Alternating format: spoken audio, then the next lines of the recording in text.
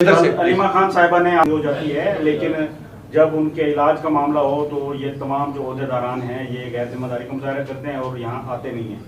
अब ये बताइएगा कि उन्होंने कहा है कि अगर आप नहीं कर सकते तो आप लोग अपने ओहदों से देखिए, उन्होंने जो कहा है उससे मुझे मुकम्मल तौर पे इख्तलाफ है। उन्होंने गलत कहा है, खिलाफ वाक़या बातें की हैं और ये मैंने उनसे कह दिया है आज।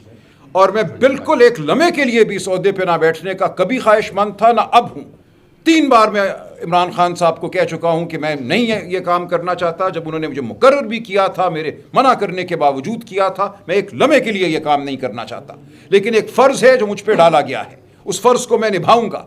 अलीमा खान साहिबा को अगर ये शिकायत है कि 9 अप्रैल का जलसा क्यों मनसूख हुआ, तो मैं बवांगे दोहल कहता हूं कि हमने ठीक किया वो जलसा मनसूख करके, बिल्कुल ठीक किया। और सुन लीजिए क्यों हमने वो जलसा मनसूख किया, और उसकी तायीद इमरान खान ने जेल से की हमारी मनसूखी के बाद। वो इसलिए मनसूख किया हमने जलसा कि अगले दिन 9 अप्रैल को ये इतला थी, ये ऐलान था कि सिफारतकार इस्लामाबाद इस इलाके में आ रहे हैं। यहाँ पे शायद सदी की सबसे बड़ी कॉन्फ्रेंस जो थी वो होने जा रही थी। हमारा ये फ़र्ज़ बनता था कि हम उसको सपोर्ट करें, उस प्रोसेस को, उसका साथ दें, ना कि यह कि इस इलाके में, इस खित्ते में कोई गड़बड़ का इम्कान हो जिसकी वजह से सफारतकार यहाँ आने से इनकार करते और एक मौका जो अमन को मिल रहा था वो मौका ज़ाया हो।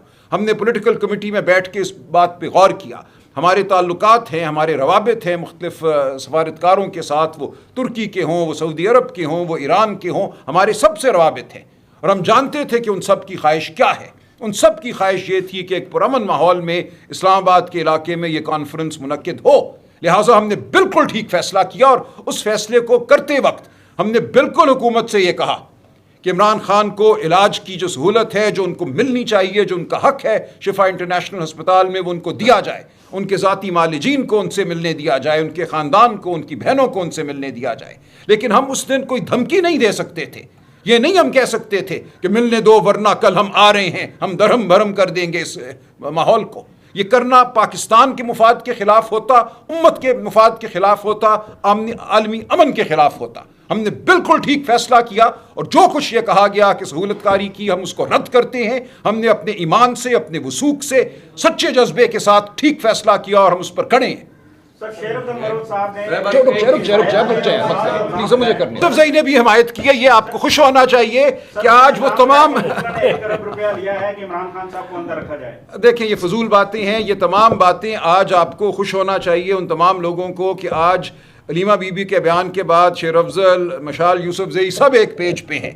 तो ये इस बयान की जो अफसोसनाक सूरत हाल है वो सामने आ जाती है, और मैंने इसका तज़किरा अलीमा बीबी से कर दिया है कि उनकी बात जो थी, और जो नरीन आपा का उससे पहले जो ट्वीट था, ये बिल्कुल बेमहल था और मामलात को समझे बगैर कहा गया है। और एक मिनट प्लीज आप रुक जाइए। सरबराही जो है, हमें इत्तला दी थी कि शायद फिरदौस शमीम नकवी साहब के स्पुर्द होनी थी जब उन्होंने वो बोर्ड काम करना था, और आपके उस बोर्ड काम करने के बाद जो कारकुनान हैं उनमें भी शदीद तहफ़्फ़ुज़ात हैं, और आपकी जो मरकज़ी क़यादत है उसके अंदर भी तहफ़्फ़ुज़ात हैं। तो ये बोर्ड कायम किसने किया, और देखिए किसने किया? नहीं, फिरदौस शमीम नकवी का कोई आईनी किरदार नहीं था। उनको मैंने ही कहा था कि इसमें मावनत करें। देखें, हमारा जो आइन है PTI का, उसके तहत तमाम रीजन्स के जो पार्लिमानी बोर्ड हैं वो उस रीजन के सदर ने कायम करने होते हैं। लिहाजा क़य्यूम न्याज़ी साहब आज़ाद कश्मीर के इमरान खान साहब के मुकर्रर करदा सदर हैं, किसी को पसंद हो या ना हो। ये जो बोर्ड कायम हुआ, ये क़य्यूम न्याज़ी साहब ने ख्वाजा फ़ारूक साहब जो हमारे पार्लिमानी लीडर हैं उनके साथ मुशावरत से कायम किया। 31 सीटें हैं AJ की असम्बली की। उन 31 सीटों के लिए जो लोग बोर्ड में बैठने के ख्वाहिशमंद हैं उनकी तादाद सैकड़ों में जा रही है। तो ज़ाहिर है हम सैकड़ों लोगों पर मुश्तमिल बोर्ड नहीं बना सकते थे। उनसे मशवरा किया गया, जो नकवी साहब के कोई का ख्याल था वो भी उन तक पहुंच गया, लिख के नकवी साहब ने अपनी राय उनको दे दी थी। उस सब के बाद एक बोर्ड बना, उसमें मज़ीद मुशावरत भी हुई। पार्टी के जो पुराने ओहदेदारान हैं जिनका ताल्लुक़ कश्मीर से रहा है उनसे भी राय ली गई, और एक बोर्ड कायम हो गया। ये हमेशा होता है। इस्लामाबाद के लिए एक बोर्ड बना था, कल आप देखेंगे पंजाब के लिए बनेगा, तो ज़रूर शिकायत होगी। जो उस बोर्ड में नहीं होंगे वो 10, 20, 30 लोग ज़रूर शिकायत करेंगे। तो हमारी ये कोशिश है कि उन शिकायत का अजाला करें। एक एपलेट बोर्ड हम इस बोर्ड के ऊपर बनाएंगे। अगर किसी को एतराज़ हुआ इस बोर्ड के दिए गए टिकटों पर तो एक एपलेट बोर्ड भी होगा। सलमान साहब ये बताइएगा कि पाकिस्तान ने सऊदी अरब के साथ स्ट्रेटेजिक माहदे के तहत जो अपने फौजी दस्ता भेजा है, इस हवाले से अपोजिशन को एतमाद में लिया गया था, क्योंकि इससे पहले खान साहब भी इसको माजरत कर चुके थे और नवाज शरीफ साहब ने भी जो है इस पर माजरत की थी। कि मेरी दानिस्त में मेरे इल्म के मुताबिक ये बात पार्लिमान में नहीं आई और किसी बाज़ाब्ता तरीके से अपोजिशन के साथ मुशावरत नहीं की गई। वो खातून से बताइएगा, अलीमा खान कल पार्टी से थोड़ी बदजन नजर आती है, तो क्या वजह है कि पाकिस्तान तहरीक इंसाफ की लीडरशिप और इमरान खान की बहनों में दूरी है? ये कोई गलतफहमी पैदा की जा रही है, सोशल मीडिया के लोग पैदा कर रहे हैं? नहीं, देखिए, एक नज़रिया ये है कि इस पार्टी को, इस जमात को हर वक्त जो है बरसरे पैकार होना चाहिए, हर वक्त सड़कों पे होना चाहिए। वो खा कोई आलमी कॉन्फ्रेंस हो, अमन का मायदा हो, अमन का इम्कान हो, हमें बहरहाल सड़कों पे होना चाहिए। जो पार्टी के मैं समझता हूँ मुदब्बिर लोग हैं और जो हमारे अलायंस के जो हमारे रहनुमा हैं अचकज़ई साहब, अल्लामा नासिर, उनसे बड़ी तफसीली हमारी गुफ्तगू हुई ये 9 अप्रैल के जलसे के हवाले से, और इस पर इत्तफ़ाक़ राय था अचकज़ई साहब का, अल्लामा नासिर का, दीगर जो हमारे TTAP के अमायदीन हैं, तहरीक तहफ़्फ़ुज़ आईन पाकिस्तान के, और फिर हमारी पॉलिटिकल पार्टी। तो ये बिल्कुल ठीक फ़ैसला था हमारा। अब इस हवाले से अगर कोई राय लीमा बीबी की या किसी बहन की इससे मुख्तलिफ है तो उनको हक़ है अपनी राय रखने का, लेकिन हम अपने फ़ैसले पर और अपनी राय पर बिल्कुल कायम हैं। हम समझते हैं हमने बिल्कुल ठीक फ़ैसला किया। पाकिस्तान का मुफाद, ख़ित्ते का मुफाद, उम्मत का मुफाद और हमारी पार्टी का मुफाद इस फैसले से आगे बढ़ा है, पीछे नहीं हुआ। मैदान के अंदर सर जलसा होगा या नहीं? क्योंकि अलीमा खान ने कहा है कि KPK के अंदर जलसा करने का कोई फ़ायदा नहीं है, तो उससे कोई हमें नताइज नहीं हासिल होंगे। देखिए, ये भी उनकी राय है। मैं आपसे अर्ज़ करूँ, जो उस दिन मुलाकात हुई सलमान सफदर साहब की इमरान खान साहब से, ये बड़ा अहम है। हमारी पॉलिटिकल कमेटी की मीटिंग उस वक्त चल रही थी, कोई फ़ैसला नहीं हुआ था जब सलमान सफदर साहब अडयाला जेल के अंदर गए हैं। उनके वहाँ जेल में होते हुए इमरान खान साहब से मुलाकात के दौरान हमारी पॉलिटिकल कमेटी ने फ़ैसला किया कि 9 अप्रैल को जलसा नहीं करना, लेकिन इमरान खान साहब को इस बात का कोई इल्म नहीं था। सलमान सफदर साहब उनके साथ थे। सलमान सफदर साहब ने उनको बताया 9 अप्रैल का एक जलसा जो है वो किया जा रहा है रावलपिंडी में। उन्होंने अखबारात ज़ाहिर पढ़े हुए थे, उनको अमन मिशन के बारे में भी पता था, कॉन्फ्रेंस के बारे में भी कुछ मज़ीद मालूमात उनको सलमान सफदर साहब ने दी। और ये तमाम बातें सुनने के बाद खान साहब ने जो फ़ैसला किया वो ये था कि इस जलसे को मनसूख कर दो। उस वक्त तक पॉलिटिकल कमेटी ये कर चुकी थी ये काम।